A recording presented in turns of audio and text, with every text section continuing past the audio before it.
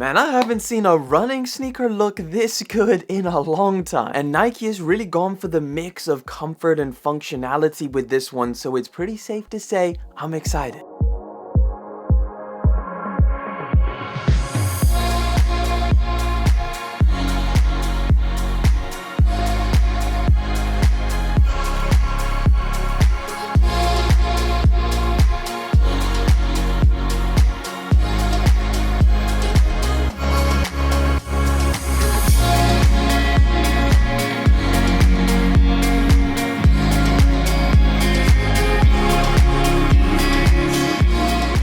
Unfortunately, there's really nothing special about the unboxing experience. It's as basic as it comes, with just the generic Nike box all over red, white Nike logo all plastered all over it.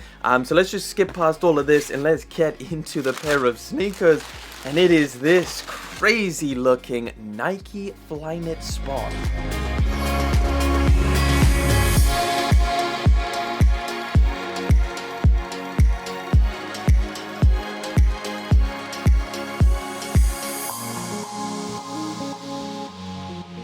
So here we go, guys. Nike's brand new sneaker, just full of their brand new technology in terms of cushion. And can I just quickly say how much I freaking like this colorway? It is sick. It's all over beige with these black accents, but it just looks so clean. Either way, before we get too carried away, let me give you some of the release details on this pair of sneakers. So these are currently set to release on June the 30th. Now that's specifically for here in the UK, so I would definitely check your region in terms of the Nike sneakers app to see when they're dropping. And I think Nike is anticipating this to be quite a popular model because, again, it's dropping on Nike sneakers and not just their regular Nike app.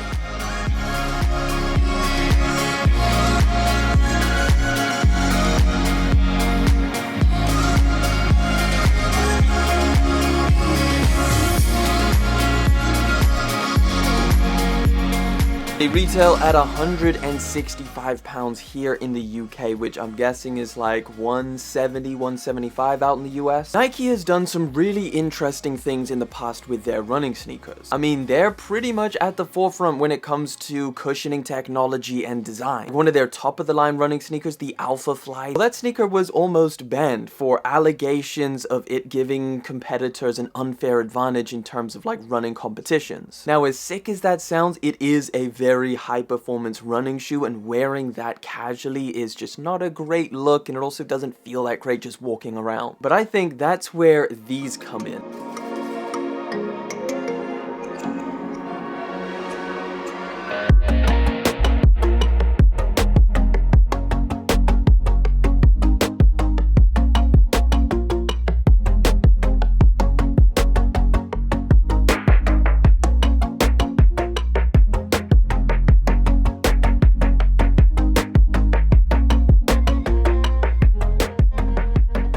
They've got a lot of performance specs on them while still remaining super good looking and just great as a lifestyle shoe. Like, the fact this upper is like a sneaker inside of a sneaker is basically this super stretchy inner piece, which is like a sock around your foot, and then on the exterior of that you get the Nike Flyknit, which we've seen on plenty of their running sneakers before. Not only does this multi-layered upper give you the super amazing comfort of having a sock-like shoe on your foot, but it also gives you the benefits of having the exterior with durability and of course having laces. There's also this translucent mesh on the outside, giving you a window into the sock piece on the inside. I think that's a really cool touch. Obviously that is a really nice design element to make it look good, but it also helps out with the breathability of this sneaker, not to mention that this Flyknit on top is quite widely knitted, so you're getting a lot of air in there and it is pretty breathable. It gave me very like experimental or deconstructed vibe, which in Nike's words, it is carved away to let you see the tech that keeps you comfortable.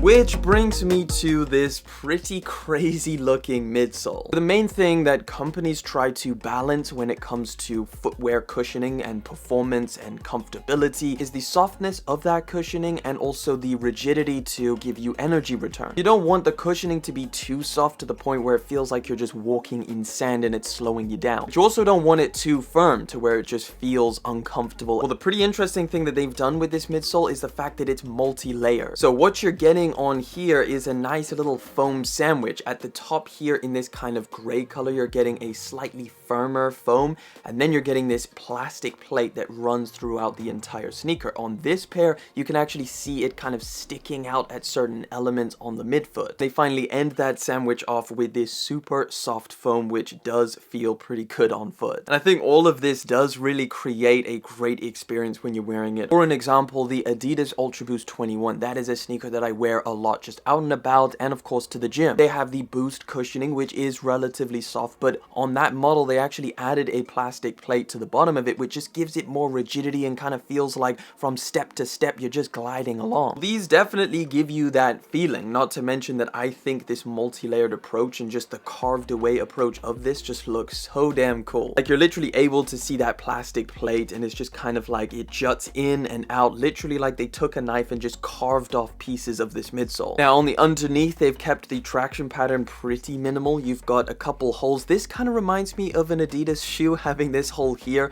but again, it's just to show you the amount of foam on this pair and of course the plastic plate underneath. Now I will say that having all of this foam under your foot also equates to a decent amount of height. Think like maybe Sacai Vapor Waffle type of style with this pair of shoes. You are getting a good few centimeters wearing this pair. So how do these fit? What is the sizing? Well, I would actually recommend going true to size. Even though this sock inner piece is very tight to the foot, it's also incredibly stretchy. For most, I would say go true to size unless you have slightly wider feet. I potentially would go a half size up. It just depends on how much you like the feel of tighter running shoes on your feet. If you're someone who really likes the sleek design of a running shoe, I think this is a great option. It's comfortable, it looks fantastic, and yeah, this is Nike's brand new Spark Flyknit. But listen guys, I'd love to know your thoughts. What do you think of these? Is this just too much, or do you like the look of these as well? Let me know down in the comment section, but of course that wraps it up. So thank you so much for coming through, hanging out for yet again another one. Thank you for liking, commenting, and of course subscribing.